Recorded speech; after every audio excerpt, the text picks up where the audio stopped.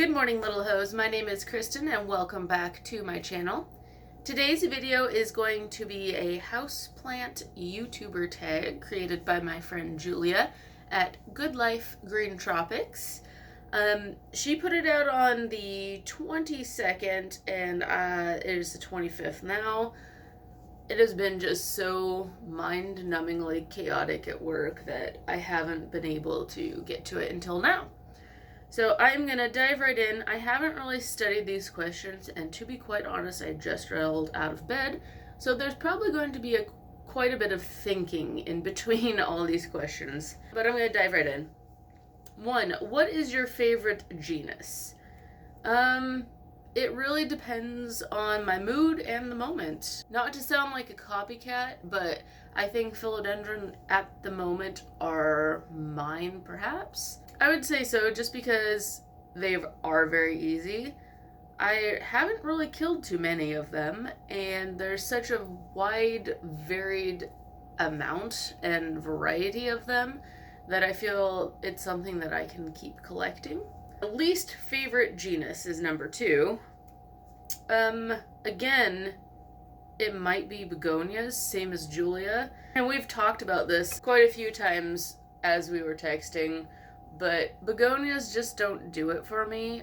Honestly, I don't like all the bright colors, and I'm sure I've mentioned this in my Plants and Prejudice video. They're just too garish. There are a few species, however, I think are kind of interesting and would perhaps try, but overall, just not my jam. Also, Tradescantia. It's definitely up there with least favorite, perhaps even tied with begonia, because there are at least a few begonias I might try.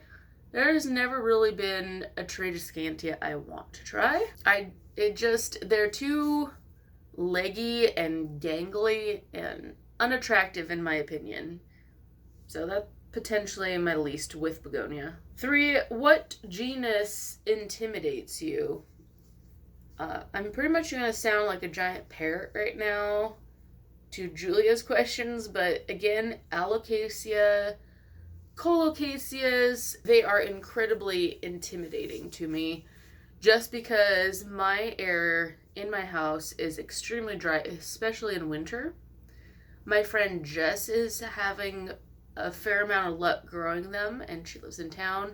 So that gives me hope, but at the same time, I've also experienced so many pest problems with them just for some of the more normal sorts in the greenhouse at work. They're constantly being attacked by whitefly or aphid or mealybug or something else. So it makes me rather leery to bring them in. That being said, there are a few rarer sorts of Alocasia that I am very much interested in, like Cuprea, etc. I might give them a try one day if I found them at a reasonable price, because going into it thinking you're going to kill something is not a good thing, and I wouldn't want to lose money on such an iffy plant. If you were a houseplant, what would you be? That's a great question.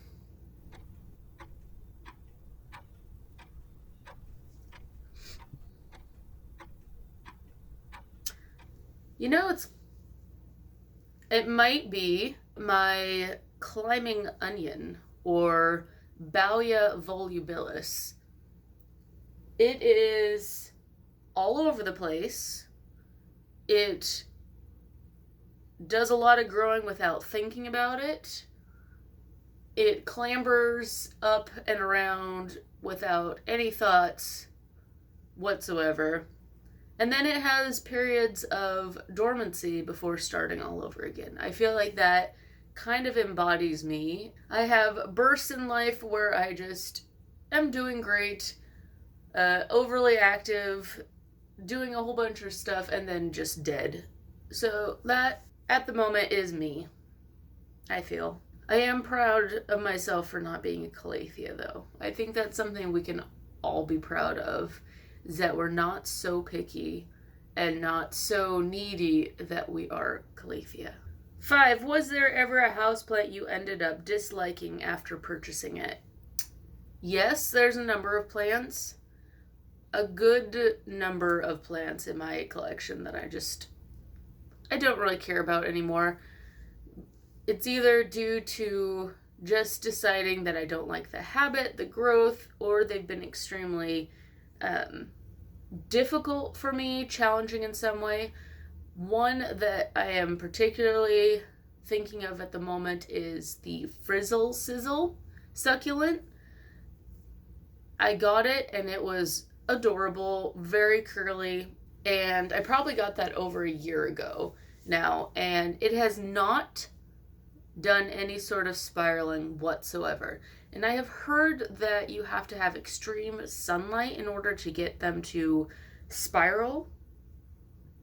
I have not, and I have a big bay, well, is it a bay window?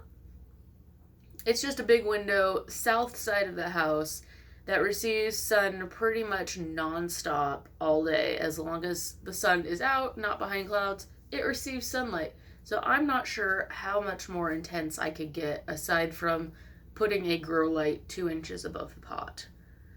That is one I probably wouldn't purchase again.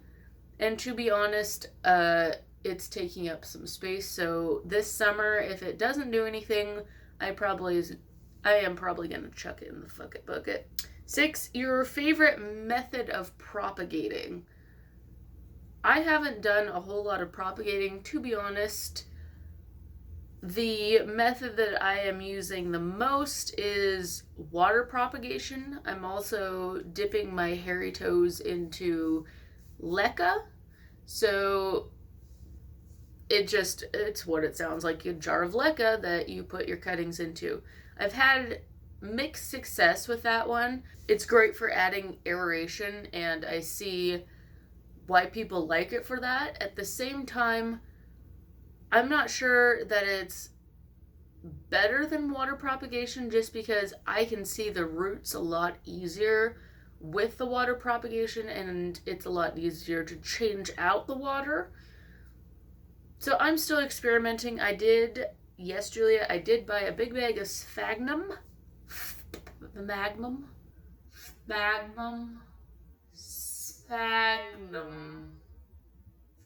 A big bag of sphagnum moss to try some moss propagation boxes.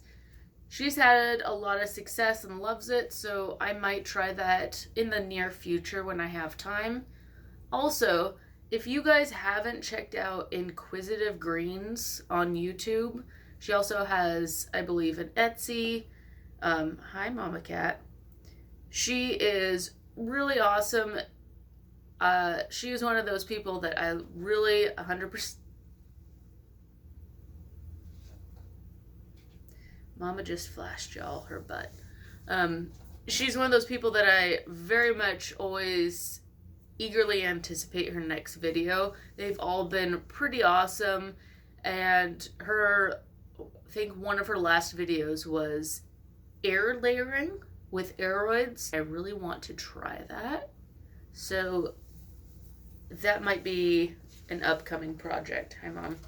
Please don't step on my laptop. Okay, 7 is favorite plant things you like to do.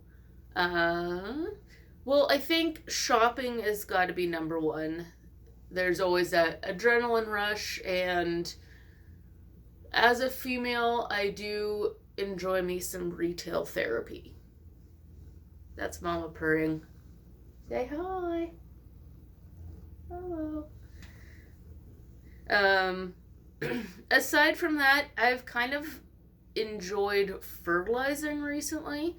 I bought some fish and more bloom last year just for the veggie garden, and I decided to give it a try indoors, and I have been wildly happy with some of the results.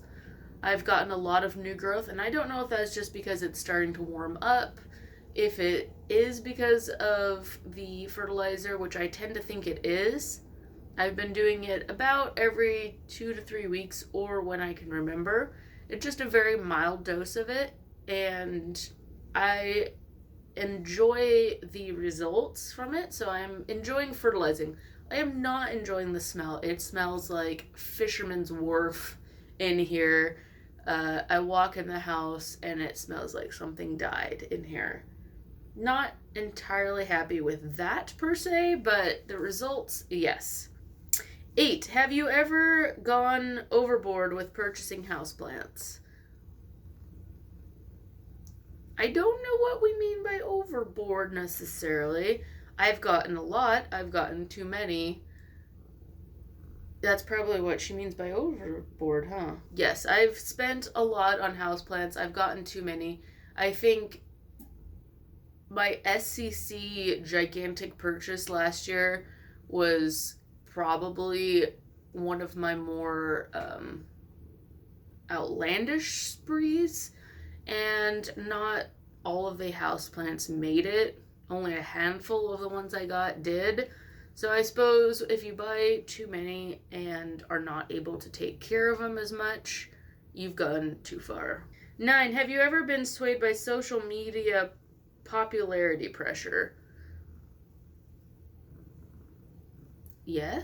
I suppose I've gotten a lot of things just based on pictures I see on Instagram. I kind of got into calathea quite a bit through social media, and yeah, I know. I've discovered they're really just not my thing. They're pretty. There are some species and cultivars that are a lot easier to grow than others, but I'm kind of over them as a whole. They're just very difficult, very needy, like I said before, so I don't particularly feel the need to get any more.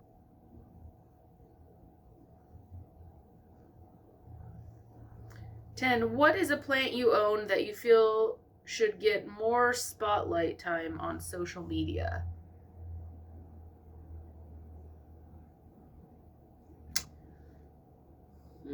Of course, I would say like one of my favorite plants of last year was Philodendron squamiferum and Ceropegia sandersonii. So those are both ones that I think more people should grow and are quite cool.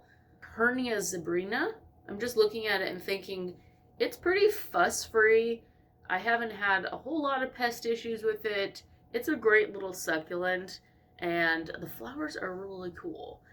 I have fertilized it semi-frequently and do get blooms on it several times per year, so I think that's kind of a cool plant. And I think I've reached the end of her questions. I hope you all enjoyed it, and I think that's about it. Is that about it, Mama? Yeah. So I'll talk to y'all later. Bye. Hold up, I almost forgot to tag a few people. If you're interested in participating, we would love to hear it. If not, that's okay too. But I would love to tag Lauren of Lore's Leaves, Alex of Beantown Plants, Ruthie of Ruthie's Succulent Obsession. It's me, Rebecca B, which surprisingly, her name is Rebecca, if you didn't know. But if anyone else would like to participate, please do so, and I'll talk to y'all later. Bye!